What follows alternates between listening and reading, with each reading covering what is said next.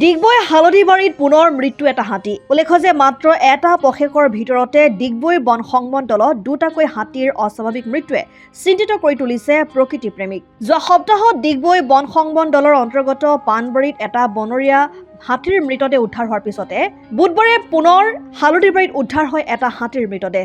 বন বিভাগে সন্দেহ কৰা অনুসৰি মৃত অৱস্থাত উদ্ধাৰ হোৱা দুয়োটা হাতী এনথ্ৰাক্স ৰোগত আক্ৰান্ত হৈ মৃত্যু হোৱা বুলি সন্দেহ প্ৰকাশ কৰিছে। আন এক উল্লেখনীয় বিষয় যে বুধবাৰে উদ্ধাৰ হোৱা মৃত হাতীটো ঘৰচীয়া বুলি সন্দেহ কৰিছে বন বিভাগে। ঘটনাস্থলীত বন বিভাগৰ লোক উপস্থিত হৈ মৃত হাতীটোৰ মৰণোত্তৰ পৰীক্ষাৰ ব্যৱস্থা কৰিছে। আমি এবছৰ অলপ এক মাহৰ ভিতৰত এই সেকেন্ড হাতী আমি আজি খবৰ পাইছো কি ইয়াত এটা হাতী মৰিছে। আমি ৰাতিপুৱা আহি গ'ল, ইয়াত দেখিছো যোৱা যি হাতী মৰিছে আমি পাইছো এনথ্ৰাক্সৰ হোৱা মাৰিছে আৰু তাৰপিছত আমি জ্বলাই দিলো। ইয়াত এতিয়া ভেটেনাৰী ডক্টৰ আহি আছে চাব কেনেকে মৰিছে আৰু আগৰ যিকেইটা আছিলে তেতিয়া টেষ্টবিলাক কৰি দিব।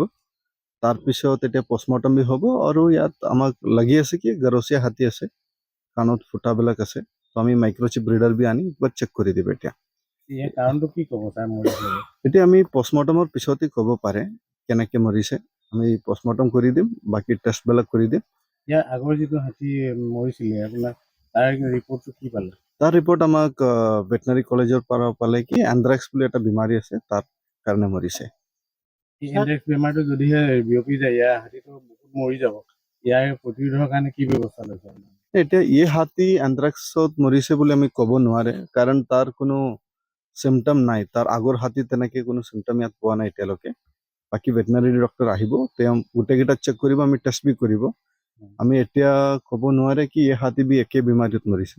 ইয়াৰ কিবা প্ৰতিৰোধ কৰাৰ ব্যৱস্থা আছে নে নাই? আছে। আমি যোৱা ইয়াৰ আগত এতিয়া হাতী মৰিছে, আমি গাঁৱৰ ৰাইজৰবিলাক ইয়াত মিটিং কৰিছে, তাত গৰুবিলাক জংঘলত নপঠাবৰ কাৰণে কৰিছে, ৰাইজে কৰি আছে এইকেইটা কাম আৰু চবকে মেডিচিন বি দিছে আৰু ডক্টৰ জইণ্ট ডাইৰেক্টৰ হেল্থ ছাৰ্ভিচৰ পৰা বি মানুহ আহিছে, ভেটেনাৰী ডক্টৰ্ছ বি আহিছে, এতিয়া বি আহিব, চবেই চেক কৰিব একবাৰ। তাৰপিছত আমি ইয়াত নেক্সট ষ্টেপ ল'ব। কাৰেণ্টত লাগিছে নেকি এনেকুৱা কথা ওলাইছে? কাৰেণ্টত লাগিছে, আমি গোটেইকেইটা এৰিয়া বি চেক কৰিছো, কিবা তাৰ লাগিছে ইয়া কোনোবা ঘৰৰ পৰা কাৰেণ্ট লগাই দিছে।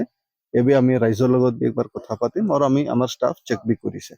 বাট কোনো কাৰেণ্ট লগোৱা এটা নৰ্মেলি কাৰেণ্টত কিবা মৰিলে এটা জ্বলা চিনবিলাক পায়, এতিয়ালৈকে ইয়াত হাতীত এতিয়ালৈকে পোৱা নাই। বাকী আমি ডক্টৰবিলাক আহি চেক কৰিলে আমি ক'ব পাৰে ইয়াৰ পিছত।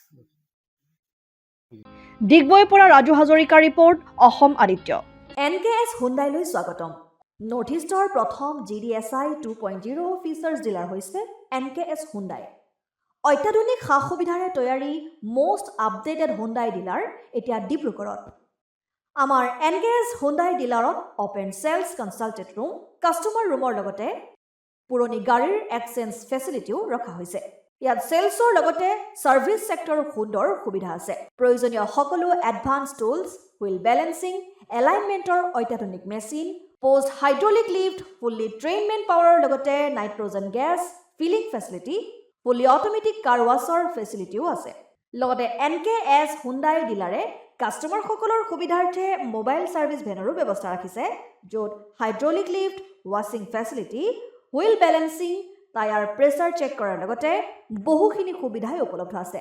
NKS হুণ্ডাইলৈ আহক আৰু সুবিধাসমূহ গ্ৰহণ কৰক।